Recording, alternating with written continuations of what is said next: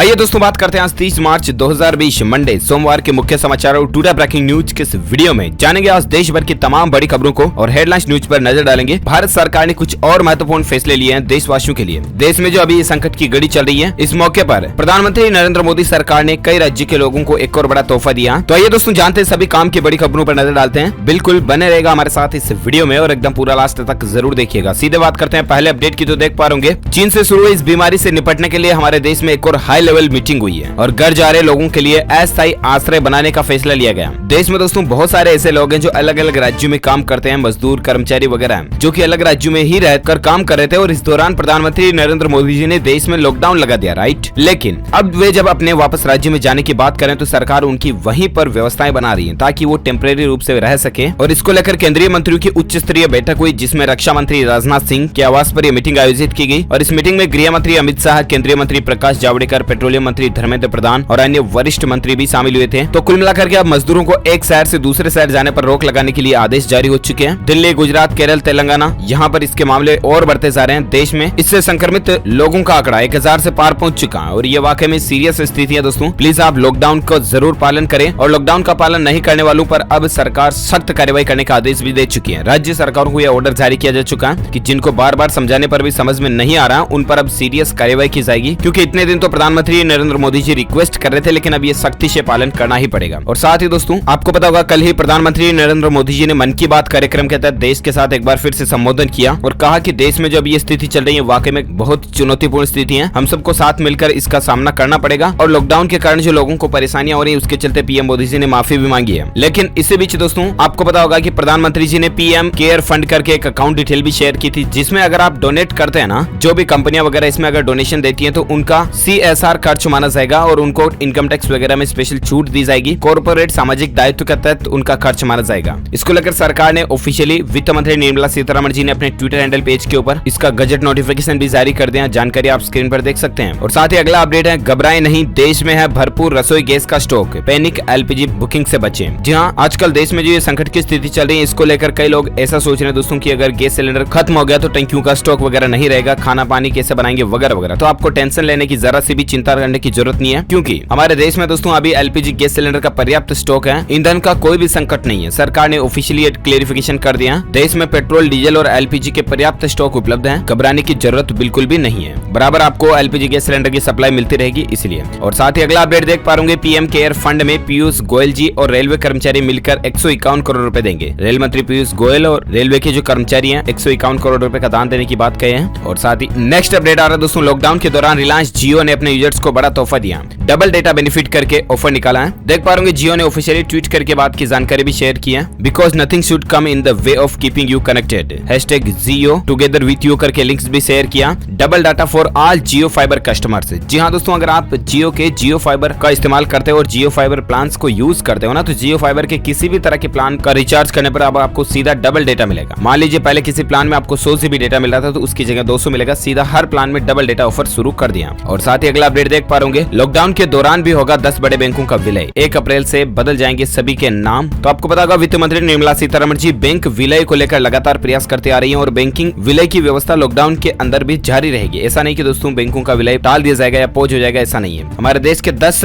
छोटे बैंकों को मिलाकर 4 बड़े बैंकों में मर्जर करने की जो सरकार की प्लानिंग है वो एनी हाउ अप्रैल में पूरी होनी ही है। 1 अप्रैल को बैंकों का विलय तय है। इस दौरान कई बैंकों के नाम भी बदलेंगे और हो सकता है कि आपके बैंक अकाउंट नंबर या IFSC कोड वगैरह में भी कोई बदलाव हो तो आपको आपके ऑफिशियल बैंक में जो रजिस्टर्ड मोबाइल नंबर है उनके ऊपर SMS के जरिए नोटिफिकेशन मिल जाएगा। और साथ ही नेक्स्ट अपडेट देख पा रहे अब EPF अकाउंट से निकाल सकते हैं इतनी रकम, सरकार ने इसको लेकर भी नियम बदल दिया। अभी जो देश में बीमारी चल रही है उसके चलते सरकार ने रिटायरमेंट फंड बॉडी EPFO को श्रम मंत्रालय ने विशेष अनुमति दी है। और इसके बाद दोस्तों अब 6 करोड़ EPFO मेंबर्स सब्सक्राइबर्स ग्राहक जो है ना वो अपने 3 महीने तक की सैलरी और महंगाई भत्ता PF से एडवांस में निकाल सकेंगे। मंत्रालय ने 28 मार्च को इस एम्प्लॉय प्रोविडेंट फंड 1952 एक्ट में संशोधन करके नोटिफिकेशन जारी कर दिया। और अब कुल मिलाकर के महंगाई भत्ता सहित कुल रकम का 75% हिस्सा ग्राहक अपने PF खाते से निकाल सकते हैं। ये देख सकते हैं ऑफिशियली भारत का राजपत्र नोटिफिकेशन जारी हो चुका है इसको लेकर। और साथ ही नेक्स्ट अपडेट है दोस्तों, देश के इस संकट की घड़ी के बीच एक और सौगात दी है सरकार ने लोगों को। 24 घंटे मिलेगी बिजली, बिल के लेट पेमेंट पर भी कोई चार्ज नहीं लगेगा। जी हाँ, अभी जो देश में लॉकडाउन की स्थिति चल रही है इस दौरान सरकार ने लोगों को राहत देने वाला एक और फैसला लिया और इस कड़ी में लोगों को 24 घंटे बिजली दी जाएगी। इसके लिए विद्युत मंत्रालय ने बिजली वितरण कंपनियों को भुगतान मानदंडों में ढील दी है। मंत्रालय ने एनटीपीसी और power grid corporation of India limited PGCIL से कहा कि वे बिजली वितरण कंपनियां जिन पर बकाया हैं उनसे फिलहाल पेमेंट ना लें। और इसके अलावा आपको पता होगा कल सरकार की तरफ से ये भी अपडेट आया था कि 3 महीने तक अगर आप बिजली बिल ना भी भरते हैं ना तो आपसे ना कोई पेनल्टी ना कोई एक्स्ट्रा चार्जेस वसूले जाएंगे, ना ही आपका कनेक्शन काटा जाएगा। तो ये बिजली बिल में बड़ी राहतें सरकार ने दी हैं। और साथ ही अगला अपडेट देख पा रहे COAI यानी कि cellular operators association of India जो है ना दोस्तों, उसने लोगों को आगाह किया, चिताया है कि मोबाइल टावर लगवाने के झांसे में ना आए वरना आपको चपत लग सकती है। तो दरअसल दोस्तों आजकल social media Facebook WhatsApp Twitter Instagram वगैरह पर कई जगह पर आपको ऐसी पोस्ट और लिंक्स देखने को मिल जाते हैं जिनमें ये बताया जाता है दोस्तों कि जियो कंपनी इतने टावर लगवा रही है, आप भी अपने घर पर टावर लगवाएं। इसके लिए आपको रजिस्ट्रेशन फीस देनी पड़ेगी 10,000 20,000 जो भी है। आप वो फीस के चलते टावर लगवाने में अच्छी खासी कमाई होगी और इस लाभ के झांसे में आकर के उनको फीस दे देते हैं और आपके वो पैसे ही डूब जाते हैं, फिर वो लोग गायब हो जाते हैं और वापस नजर नहीं आते। तो ऐसे झांसे में ना आए क्योंकि ये ऑनलाइन ठगी के शिकार करने वाले जो धोखाधड़ी करने वाले लोग होते हैं, इनसे आपको सावधान रहने की जरूरत है। इसीलिए COAI संस्था ने भी चेताया है लोगों को। और साथ ही नेक्स्ट अपडेट देख पा रहे देश में इस संकट की घड़ी के बीच FIAT 500E electric car Italy में लॉन्च हो चुकी है। सिंगल चार्ज में 320 किलोमीटर चलने का दावा कर रही है कंपनी। और सबसे अच्छी बात है दोस्तों की महज 5 मिनट में ये चार्ज हो जाएगी और इसके अलावा 9 सेकंड में 100 किलोमीटर प्रति घंटा की रफ्तार भी पकड़ सकती है। इसके कुछ तस्वीरें और लुक्स वगैरह भी आप देख सकते हैं। हालांकि अभी इंडिया में लॉन्च नहीं हुई है, इटली में लॉन्च हुई है। और साथ ही नेक्स्ट अपडेट देख पा रहे SBI यानी भारतीय स्टेट बैंक के बाद इस सरकारी बैंक ने भी ग्राहकों को तोहफा दिया, ब्याज दरों में बड़ी कटौती कर दी है। आपको पता होगा हाल ही में भारतीय स्टेट बैंक SBI ने EMI बैंक लोन वगैरह में कटौती की थी। 3 महीने तक अगर आप लोन की किस्त जमा भी ना कराते हो तो भी आपसे कोई चार्ज पेनल्टी नहीं लिया जाएगा, ये भी सुविधा दी थी। और इसी बीच अब दोस्तों बैंक ऑफ इंडिया BOI ने भी लोन की दरों में सीधे 0.75% तक की कटौती करने का ऐलान कर दिया। यानी कि अगर आपने बैंक ऑफ इंडिया से लोन वगैरह लिया हुआ है तो अब आपकी EMI मंथली किस्त जो आती है वो जरूर कुछ कम देखने मिलेगी। और साथ ही नेक्स्ट अपडेट देख पा रहे गरीबों में 1 करोड़ डिटॉल साबुन मुफ्त में बांटेगी रैकेट बैंक की सर। जी हाँ दोस्तों, अभी जो देश में महामारी चल रही है इससे निपटने के लिए हेल्थ एंड हाइजीन क्षेत्र की कंपनी RB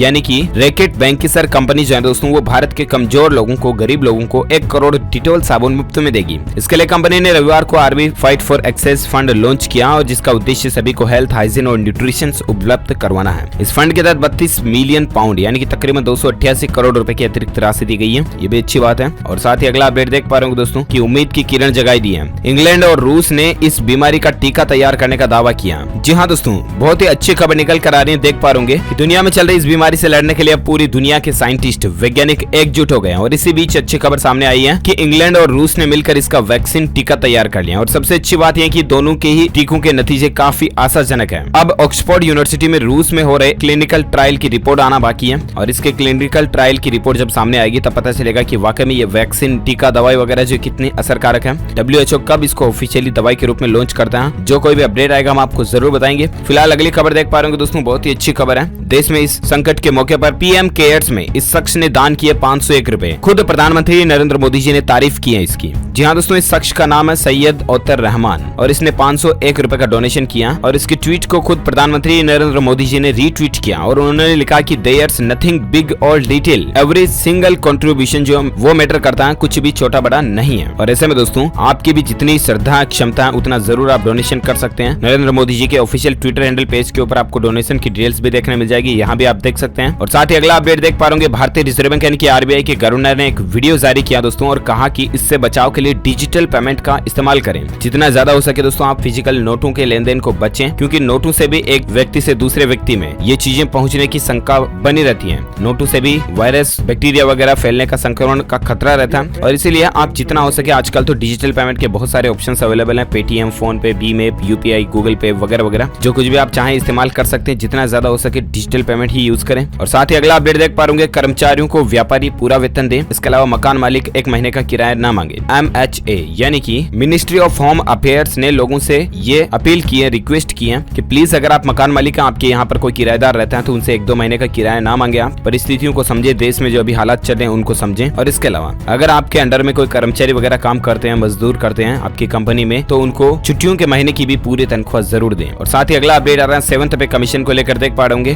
DA में बढ़ोतरी के बाद केंद्रीय कर्मियों को एक और बड़ी राहत दी है। मोदी सरकार ने बड़ा फैसला लिया, जहां केंद्र सरकार ने केंद्रीय कर्मचारियों को एक बार फिर से राहत दी है। कर्मचारियों को सेल्फ अप्रेजल यानी कि वार्षिक प्रदर्शन मूल्यांकन रिपोर्ट फाइल करने की अंतिम तारीख को 30 जून कर दिया बढ़ाकर, जो कि पहले 15 अप्रैल थी, इसको बढ़ाकर 30 जून कर दिया। और साथ ही नेक्स्ट अपडेट देख पा रहे जीरो बैलेंस होने पर मुफ्त देते हैं ये बैंकिंग सुविधाएं। अब सरकार ट्रांसफर करेगी 1500 रुपए। जहां आमतौर पर सेविंग बैंक अकाउंट्स में खाता धारक को हर महीने औसतन न्यूनतम बैलेंस नहीं रखने पर पेनल्टी देनी पड़ती है, लेकिन अभी तो इस मौके मौके पर सरकार ने न्यूनतम बैलेंस की अनिवार्यता को भी खत्म कर दिया। लेकिन इसी तरह के एक खाते होते दोस्तों, आपको पता होगा प्रधानमंत्री जन धन योजना PMJDY योजना के तहत जिनके भी खाते खुले हुए हैं, अगर वे महिलाओं के खाते हैं तो सरकार अगले 3 महीने तक 500 रुपए तो उनमें डालेगी। और इसके अलावा अगर उन खातों में दोस्तों किसी वृद्ध की पेंशन आती है या विधवा महिला की, बूढ़े दादा दादी की अगर किसी की पेंशन आती है तो 1000 रुपए पेंशन के एक्स्ट्रा मिलेंगे। तो इस तरह से 1500 रुपए का फायदा इन बैंक अकाउंट में मिलेगा। और साथ ही नेक्स्ट अपडेट देख पा रहे दूरदर्शन पर सर्कस व्योमकेश बख्शी की वापसी हो चुकी है। आज से इन धारावाहिकों का प्रसारण फिर से शुरू होने जा रहा है ताकि गांव के लोग भी जिनके यहाँ पर डिश छतरी वगैरह नहीं है वो भी दूरदर्शन चैनल का एंजॉय कर पाए और धारावाहिक देख पाए। आपको पता होगा दोस्तों रामायण महाभारत की फिर से शुरुआत हो चुकी है, लेकिन इसी बीच रात 8 बजे से सर्कस का प्रसारण वापस शुरू हो जाएगा। बॉलीवुड के सुपरस्टार शाहरुख खान को दुनिया से रूबरू करवाने वाला धारावाहिक सर्कस दूरदर्शन पर वापसी के लिए तैयार हो चुका। और साथ ही नेक्स्ट अपडेट है, इस मसले के चलते देश के सभी केंद्रीय विद्यालय अब 30 अप्रैल के बाद लेंगे पहली तिमाही की फीस। जी हाँ दोस्तों, 21 दिन के लंबे लॉकडाउन को देखते हुए केंद्रीय विद्यालय संगठन ने नए शैक्षणिक सत्र की पहली तिमाही की फीस जमा करने की तारीख को बढ़ा दिया और अब ये 30 अप्रैल के बाद ही जमा होगी। और साथ ही नेक्स्ट अपडेट देख पा रहे कि लॉकडाउन की स्थिति में बैंक में काम करने वाले कर्मचारियों को भी सरकार ने बड़ा तोहफा दिया, इनको एक्स्ट्रा सैलरी मिलेगी। SBI ने भी ऐलान कर दिया कि जो कर्मचारी लॉकडाउन पीरियड में भी बैंक में आ रहे हैं ना, उनको एक्स्ट्रा सैलरी दी जाएगी। बैंक ऑफ बड़ौदा भी प्रत्येक बैंकिंग सहायक को 2000 रुपए एक्स्ट्रा देगा। तो ये अपडेट्स हैं। और साथ ही नेक्स्ट अपडेट आ रहा, देश के हालातों पर 24 घंटे नजर रखी जाएगी। अब तक ये मामले 1000 से भी पार पहुंचने तक में पहुंच चुके हैं। स्वास्थ्य मंत्रालय की तरफ से चेतावनी भी जारी की गई है। देश में ये स्थितियां और भी ज्यादा गंभीर होती जा रही है और इसलिए आप घर से बाहर निकलने की गलती भूल कर भी ना करें। स्वास्थ्य मंत्रालय ने भी दोस्तों राज्य सरकारों को निर्देश दिया कि इस तरह के मरीजों के लिए अलग से अस्पताल बनाए जाएं और अलग से हॉस्पिटल्स की व्यवस्थाएं की जाए ताकि दूसरे लोग इनकी चपेट में न आए। और इसके साथ ही भारतीय रेलवे ने IRCTC ने भी नई सुविधा उपलब्ध करवाई है। हजारों बेघर लोगों को, गरीबों को मुफ्त में भोजन उपलब्ध करवाने का ठेका लिया भारतीय रेलवे ने।